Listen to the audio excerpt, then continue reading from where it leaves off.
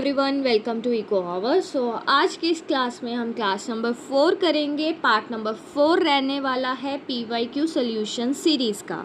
ठीक है, इसमें हमने 3 सेशन कंडक्ट किए हैं। पेपर 2016 लेक्चरर कैडरिक इकोनॉमिक्स को हम सॉल्व कर रहे हैं। इसमें हमने 3 सेशंस कर लिए हैं जिसमें हमारे 30 क्वेश्चंस कंप्लीट हो चुके हैं। आज हमारा 4th सेशन है। जिन्होंने वो क्लासेस नहीं देखी, प्लेलिस्ट बनी हुई है चैनल पे, आप वहाँ पे जाके उन क्लासेस को देख सकते हो। और PDF अगर आपको चाहिए तो आप टेलीग्राम चैनल को ज्वाइन कर लो। वहाँ पे रोज़ के सेशन के बाद एक PDF अपलोड होता है, आप वहाँ से ये PDFs भी ले सकते हैं। इन PDFs में कॉन्सेप्ट्स भी हैं प्लस PYQ भी हैं। ठीक है, तो आपको ईजी ये सब चीज़ें वहाँ पे मिल जाएंगी। सो स्टार्ट करते हैं आज का session with the question number 31। Question number 31 कह रहा है, which of the following is not a feature of demand for factors of production as compare to demand to commodities. ठीक है, कहते कि नीचे दिए गए ऑप्शंस में से कौन सा फीचर नहीं है किसका, demand for factors of production. अगर उस डिमांड को, फैक्टर्स ऑफ प्रोडक्शन की डिमांड को हम कमोडिटीज़ की डिमांड के साथ कंपेयर करें तो नीचे दिए गए 4 ऑप्शंस में से कौन सा उसका फीचर नहीं है। ठीक है, ऑप्शंस देखने से पहले हम चलेंगे बेसिक कॉन्सेप्ट के ऊपर कि इसके पीछे कौन सा कॉन्सेप्ट अप्लाई हो रहा है। देखो, demand for factors of production, मैंने पिछली क्लास में बताया था कि फैक्टर्स ऑफ प्रोडक्शन क्या होते हैं। आपके फैक्टर्स ऑफ प्रोडक्शन होते हैं लैंड, लेबर, कैपिटल, एंटरप्रेन्योर। ठीक है, इनकी जो डिमांड की जाती है ना, इनकी डिमांड डिफरेंट डिमांड होती है फ्रॉम डिमांड फॉर कमोडिटीज़। जैसे अगर मुझे पेन चाहिए तो अगर मैं पेन की डिमांड कर रही हूँ, वो मेरे लिए डिमांड फॉर कमोडिटीज़ हो जाएगा। उस डिमांड से ये फैक्टर्स फॉर प्रोडक्शन की डिमांड जो है वो अलग होती है। ठीक है, factors demand is derived from the demand for the final product. कहते हैं जो फैक्टर्स की डिमांड है वो ड्राइव की जाती है demand for the final product. जो भी फाइनल प्रोडक्ट की डिमांड होगी उसके पीछे जो भी डिमांड अराइज होगी, वो जो डिमांड होगी हमारी फैक्टर्स ऑफ प्रोडक्शन की डिमांड होगी। सिंपल यहाँ पे आपने ये याद रखना है कि जो फैक्टर्स ऑफ प्रोडक्शन की डिमांड है वो हमारी ड्राइव्ड डिमांड है। मतलब वो फाइनल प्रोडक्ट की डिमांड से पैदा हुई है, वो उसके खुद की यूटिलिटी से पैदा नहीं हुई। ठीक है, ये चीज़ आपने याद रखनी है। अब आ जाते हैं ऑप्शन वाइज एक्सप्लेनेशन पे। फर्स्ट ऑप्शन था हमारे पास, it is derived from demand. हाँ, ये डिमांड फॉर कमोडिटी से ड्राइव होती है। Demand for labour capital exist. कहते हैं डिमांड फॉर लेबर और कैपिटल तभी एग्जिस्ट करती है क्योंकि कंज्यूमर डिमांड करता है फाइनल प्रोडक्ट की। मान लो एक कंज्यूमर ने डिमांड की एक कार की, तो प्रोड्यूसर किसकी डिमांड करेगा? प्रोड्यूसर डिमांड करेगा लैंड की। ठीक है, उसको एक फैक्ट्री सेटअप करना पड़ेगा। ठीक है, उसको फैक्ट्री में कैपिटल इन्वेस्ट करना पड़ेगा। फिर उसको ये कार के पार्ट्स को असेंबल करने के लिए लेबर भी चाहिए होगी। तो ये कार से पैदा हुई जो डिमांड है वो फैक्टर्स ऑफ प्रोडक्शन की डिमांड है। ठीक है, this is the feature of factor of production demand. ठीक है, तो ये तो फीचर बनता है फैक्टर ऑफ प्रोडक्शन डिमांड का, तो ये तो सही ऑप्शन हो जाएगा। ठीक है, हमने नोट वाला ऑप्शन ढूंढना है। नेक्स्ट है हमारे पास option number B, it is governed by marginal utility of the factor. अभी मैंने आपको बताया कि ये जो डिमांड है, यहाँ पे देखो इस कॉन्सेप्ट के ऊपर लिखी हुई है ये लाइन, ये जो डिमांड है ये डिमांड फाइनल प्रोडक्ट की वजह से पैदा होती है, ना कि फैक्टर्स की खुद की यूटिलिटी से। तो ऑप्शन बी हमारा गलत ऑप्शन है। तो हमें बताना था नॉट द फीचर, तो ऑप्शन बी करेक्ट आंसर होगा इस क्वेश्चन का। ठीक है, एक बार एक्सप्लेनेशन भी देख लेते हैं। Marginal utility determines the demand for consumer goods. जब हम कंज्यूमर गुड्स की बात करते हैं तब हम मार्जिनल यूटिलिटी की बात करते हैं। जब हम फैक्टर्स ऑफ प्रोडक्शन की डिमांड की बात करते हैं तब उनकी मार्जिनल प्रोडक्टिविटी की बात की जाती है, ना कि मार्जिनल यूटिलिटी की। आई होप आपको ये डिफरेंस क्लियर है। जब हम कंज्यूमर गुड्स की बात करते हैं तब हम मार्जिनल यूटिलिटी की बात कर सकते हैं, बट जब हम फैक्टर्स ऑफ प्रोडक्शन की डिमांड के बारे में बात कर रहे हैं तब उनकी डिमांड मार्जिनल प्रोडक्टिविटी के ऊपर डिपेंड करती है, ना कि उनकी यूटिलिटी पर। ठीक है, एक बार सी ऑप्शन भी देख लेते हैं, इट इज़ जॉइंट और कंबाइंड डिमांड। तो आपको ये फीचर्स याद रखने हैं। हो सकता है कि क्वेश्चंस ऐसा भी पूछा जाए। देखो, फैक्टर्स ऑफ प्रोडक्शन की डिमांड कैसी होती है? पहले ही तो ड्राइव डिमांड होती है वो, कि वो दूसरे गुड्स की डिमांड की वजह से पैदा होती है। दूसरा, ये जॉइंट और कंबाइंड डिमांड होती है, ये भी आप फीचर्स में ऐड करोगे, ठीक है। एक बार इसकी भी एक्सप्लेनेशन देखो। Factors of production are generally use together in production. जितने भी फैक्टर्स ऑफ प्रोडक्शन है, लैंड, लेबर, कैपिटल, एंटरप्रेन्योर, ये सब इकट्ठे यूज़ किए जाते हैं जनरली। अगर आप लैंड ले रहे हो तो उसके ऊपर आप फैक्ट्री लगा रहे हो तो आपको लेबर की भी ज़रूरत पड़ेगी, आपको कैपिटल की भी ज़रूरत पड़ेगी। तो इन सब की डिमांड इकट्ठी और जॉइंट डिमांड मानी जाती है, ठीक है। नेक्स्ट है elasticity of demand for factors depends upon its share in total production cost. तो ये ऑप्शन भी सही है हमारा कि जो elasticity of demand for factors है, मतलब फैक्टर्स ऑफ प्रोडक्शन है, वो डिपेंड करते हैं उनके टोटल शेयर के ऊपर, ठीक है। टोटल शेयर के ऊपर डिपेंड करते हैं उनके। देखो, if factors account for a large share of total cost it demands become more elastic, ठीक है। अगर जो फैक्टर्स है वो लार्ज शेयर के हैं उनके टोटल कॉस्ट के, तो उनकी डिमांड ज़्यादा इलास्टिक होगी। तो ये भी फीचर है फैक्टर ऑफ प्रोडक्शन के डिमांड का। आई होप 31st क्वेश्चन आपको क्लियर है कि इसमें हमें बताना था कि फैक्टर ऑफ प्रोडक्शन की डिमांड कैसी है। एक तो ये ड्राइव डिमांड है, दूसरी ये कंबाइंड डिमांड है, तीसरी इनका जो शेयर है वो डिपेंड करता है, इनका जो इलास्टिसिटी है वो डिपेंड करती है इनके शेयर के ऊपर, ठीक है, टोटल कॉस्ट ऑफ प्रोडक्शन पे। नेक्स्ट आ जाओ 32 question. Choose the inappropriate assumption of marginal productivity theory. कहते हैं जो मार्जिनल प्रोडक्टिविटी थ्योरी है, जो हम in relation two factors of production में पढ़ते हैं, उनमें जो अजम्पशंस है वो कौन सी अजम्पशन इनअप्रोप्रिएट है, कौन सी गलत है, ठीक है, ये बताना है। ऑप्शन से पहले हम चलेंगे बेसिक कॉन्सेप्ट के ऊपर। देखो, बेसिक कॉन्सेप्ट क्या है, जो मार्जिनल प्रोडक्टिविटी थ्योरी है ना, ये हमें बताती है कि एवरी फैक्टर्स ऑफ प्रोडक्शन, जितने भी फैक्टर ऑफ प्रोडक्शन हैं उनको उनकी मार्जिनल प्रोडक्टिविटी के ऊपर पे किया जाता है, ठीक है। अगर लैंड है तो जो लैंड की मार्जिनल प्रोडक्टिविटी होगी उसके ऊपर उसको पे किया जाएगा। जो लेबर है, जो उनकी मार्जिनल प्रोडक्टिविटी होगी उसके अकॉर्डिंग उनको वेजेस दी जाएगी। जो कैपिटल है उसके ऊपर इंटरेस्ट वैसा ही मिलेगा जैसे उसकी मार्जिनल प्रोडक्टिविटी है। तो सिंपल आपको ये याद रखना है कि जो मार्जिनल प्रोडक्टिविटी थ्योरी है ये हमें बोलती है कि जितने भी फैक्टर्स ऑफ प्रोडक्शन है उनकी जो पेमेंट है, जैसे लैंड को रेंट, लेबर को वेजेस, कैपिटल को इंटरेस्ट, एंटरप्रेन्योर को प्रॉफिट, ठीक है, ये उनकी पेमेंट्स हैं। इनकी जो पेमेंट्स हैं इनकी मार्जिनल प्रोडक्टिविटी के अकॉर्डिंग दी जाएगी, ठीक है, ये आपको याद रखना है। अब नेक्स्ट क्या है, one important assumption is the firm maximise profit. और इसमें मार्जिनल प्रोडक्टिविटी थ्योरी में सबसे इम्पोर्टेंट अजम्पशन ये है कि जो प्रोड्यूसर है वो फोकस करता है मैक्सिमाइज़ करने के लिए अपना प्रॉफिट, ना कि मैक्सिमाइज सेल। तो इससे भी एक क्वेश्चन बनता होता है कि जो मार्जिनल प्रोडक्टिविटी थ्योरी है उसमें मेन अजम्पशन क्या है, मैक्सिमाइज़ करना प्रॉफिट या सेल। तो आपको याद रखना है प्रोड्यूसर अपना प्रॉफिट मैक्सिमाइज़ करेगा, ना कि अपनी सेल्स। अब आ जाओ ऑप्शन वाइज एक्सप्लेनेशन के ऊपर। सबसे पहले हमारे पास ऑप्शन ए आता है, perfect competition in product and factor markets. Yes, it is a valid assumption. जब हम मार्जिनल प्रोडक्टिविटी थ्योरी पढ़ते हैं तब हम फैक्टर मार्केट और प्रोडक्ट मार्केट में परफेक्ट कंपटीशन को एज्यूम करके चलते हैं, ठीक है। नेक्स्ट आता है हमारे पास होमोजीनियस फैक्टर्स ऑफ प्रोडक्शन। जितने भी फैक्टर्स ऑफ प्रोडक्शन है उनके जो यूनिट्स हैं वो आइडेंटिकल मानी जाती है, ये भी एक वैलिड एजम्पशन है।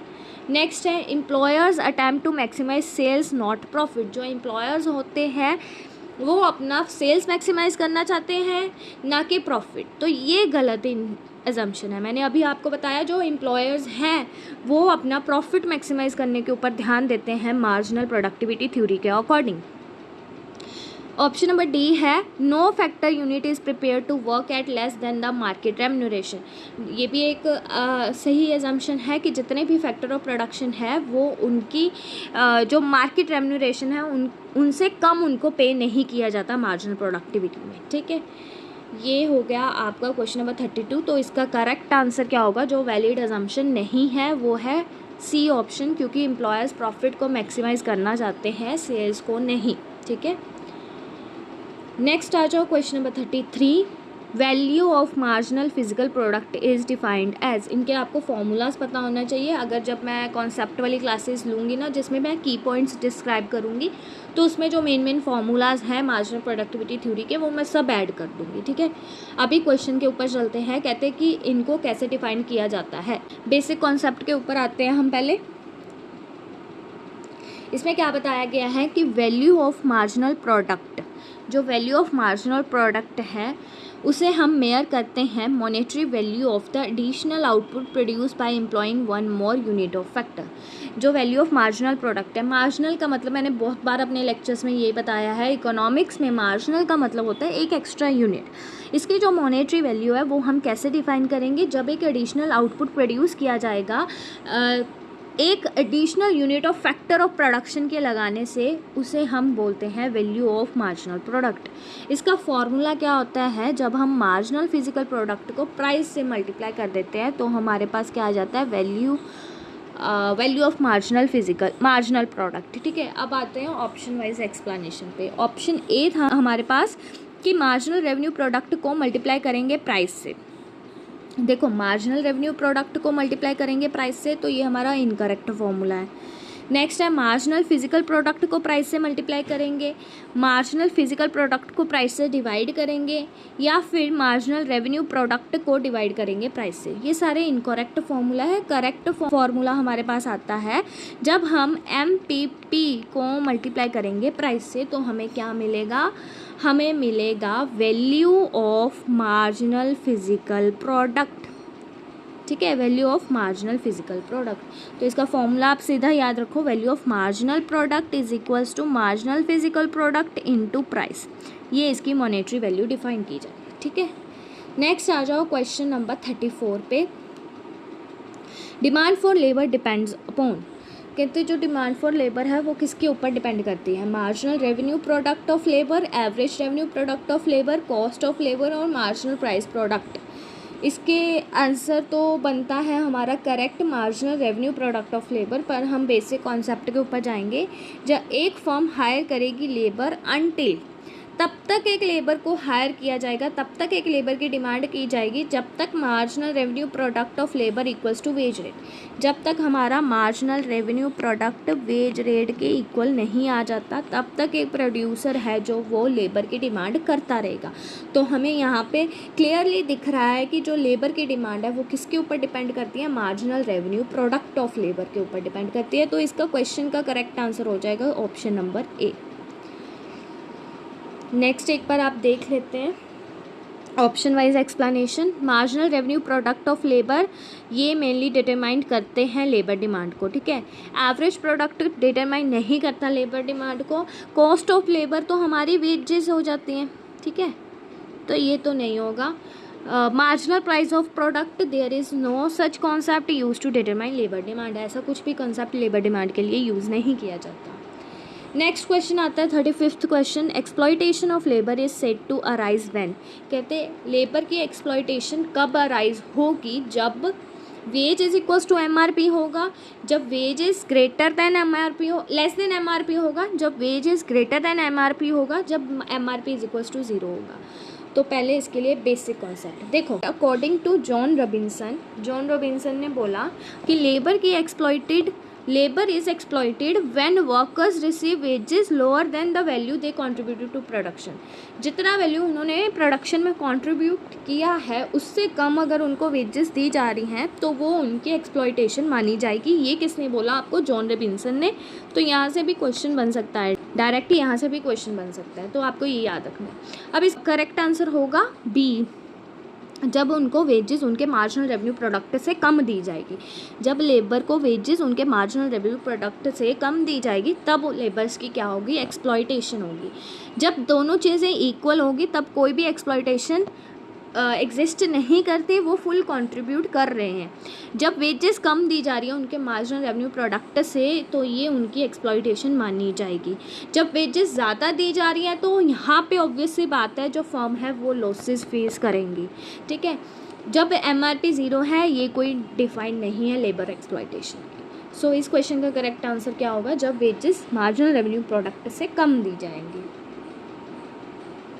36 क्वेश्चन है हमारे पास। Slope of PPC drawn in case of two goods is equals to, ये हमारा पीपीसी कर्व होता है, ठीक है, प्रोडक्शन पॉसिबिलिटी कर्व। इसका स्लोप का क्या होगा टू गुड्स के केस में, ठीक है, ये हमें बताना है।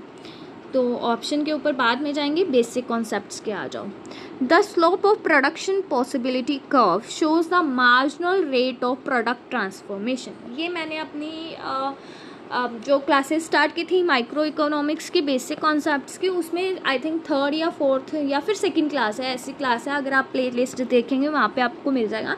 मैंने डिटेल में प्रोडक्शन पॉसिबिलिटी कर्व है जो वो एक्सप्लेन किया है, ठीक है। जो प्रोडक्शन पॉसिबिलिटी कर्व है ना, उसका जो स्लोप होता है ना, वो होता है MRPT, marginal rate of product transformation, जो हमें क्या बताता है कि how much of one good must be sacrifice to produce one additional unit of good, कि एक गुड की यूनिट को कितना सेक्रीफाइस करना पड़ेगा दूसरे गुड्स की यूनिट को इंक्रीज करने के लिए, ये हमें बताता है MRPT। अब ऑप्शन वाइज एक्सप्लेनेशन पे आ जाओ। MRSXY marginal rate of substitution, ये इंडिफरेंस कर्व में यूज़ होता है, इसका करेक्ट आंसर नहीं हो सकता। MRPT XY, this is correct, क्योंकि x की एक यूनिट इंक्रीज करने के लिए y की कितनी यूनिट को डिक्रीज करना पड़ेगा, ये हमें बताएगा MRPT XY, ठीक है। MRTS, ये प्रोड्यूसर इक्विलिब्रियम की आइसो क्वांट की स्लोप होती है, ठीक है। आइसो क्वांट वाला क्वेश्चन जो कॉन्सेप्ट करेंगे तब मैं आपको एक्सप्लेन करूँगी। नन ऑफ दी अबव हो नहीं सकता, तो बी ऑप्शन इसका करेक्ट हो जाएगा। IC कर्व की स्लोप होती है मार्जिनल रेट ऑफ सब्स्टिट्यूशन, ठीक है। नेक्स्ट आ जाओ question number 37। World economic outlook is released by home, जो वर्ल्ड इकोनॉमिक आउटलुक है वो किसके द्वारा रिलीज़ की जाती है, इसका डायरेक्ट आंसर याद रख लो, IMF इंटरनेशनल मॉनेटरी फंड इसको रिलीज़ करता है, ठीक है। वर्ल्ड बैंक पब्लिश करता है डेवलपमेंट रिपोर्ट, ना कि world economic outlook. IFM release करता है world economic outlook. WTO world trade organisation trade rules को बताता है। BRICS, it is a group of countries and does not publish the world economic outlook, ठीक है। इसको ये डायरेक्ट लर्न करने वाला क्वेश्चन था, और जो मैंने एक्सप्लेनेशन लिखी है वो एक बार याद कर लेना। हो सकता है कि इस बार आपसे पूछ लिया जाए कि वर्ल्ड बैंक क्या करता है, ठीक है, तो आपको बताना है वर्ल्ड बैंक क्या करता है, पब्लिश करता है world development report. Next question number 38। वैसे ये तो करंट का क्वेश्चन है, तो ये आप एलिमिनेट भी कर सकते हो। जब ये पेपर हुआ था 2016 में, तो उनके कॉन्टेक्स्ट में इन्होंने करंट का क्वेश्चन पूछा था इकोनॉमिक सर्वे का, तो ये इररेलेवेंट है आज के टाइम का। फिर भी मैं PDF में ऐड कर दिया, आप देख सकते हो। Make in India not by protecting but by eliminate negative protectionism, not by protecting but by eliminate positive protectionism, by protecting but not by eliminating negative protectionism and none of this। इसके लिए basic concept पे आ जाओ। Make in India initiative aims to promote manufacturing by improving the business environment rather than protecting industries through the trade barriers. Make in India project जब आया था तब उसका एम ये था कि हम मैन्युफैक्चरिंग को प्रमोट करेंगे, ना रेदर देन कि हम ट्रेड बैरियर्स को प्रोटेक्ट करें, ठीक है। ट्रेड बैरियर्स से हम अपनी इंडस्ट्रीज़ को प्रोटेक्ट करें, ये हमारा मोटिव नहीं था मेक इन इंडिया का।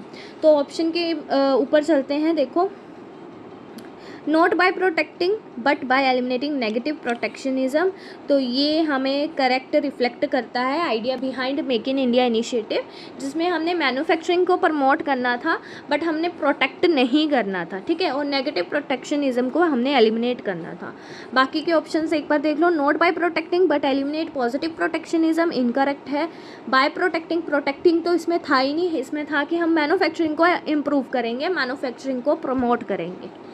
सो नेक्स्ट क्वेश्चन आता है हमारे पास 40 क्वेश्चन, ये 14th फाइनेंस कमीशन में से है और ये भी इररेलेवेंट है, बट अगर आप इसका डायरेक्ट डेटा याद रखना चाहो तो उसका डायरेक्ट डेटा है 42। एक बार क्वेश्चन रीड कर लो। What is the percentage share of the central divisible pool recommended by, central divisible pool कितने % से रिकमेंड किया गया था, 42% से, ठीक है। पर ये आज के सिनेरियो में, आज के टाइम में ये इररेलेवेंट क्वेश्चन है। आज के हम फाइनेंस कमीशन जो है वो पढ़ेंगे आने वाली क्लासेस में, ठीक है। सो ये थी आज की आपकी क्लास। अगर आपको क्लास अच्छी लगी हो, चैनल को सब्सक्राइब करना, वीडियो को ज़्यादा से ज़्यादा लाइक और शेयर ज़रूर करना। अपना फीडबैक मुझे कमेंट सेक्शन में ज़रूर देना। पीडीएफ के लिए आप टेलीग्राम चैनल को ज्वाइन कर लीजिए, वहाँ पे आपको पीडीएफ मिल जाएगी। इसी के साथ मिलते हैं नेक्स्ट क्लास में, नेक्स्ट वीडियो में, जिसमें हम करेंगे 41 to 50 questions. Thank you so much.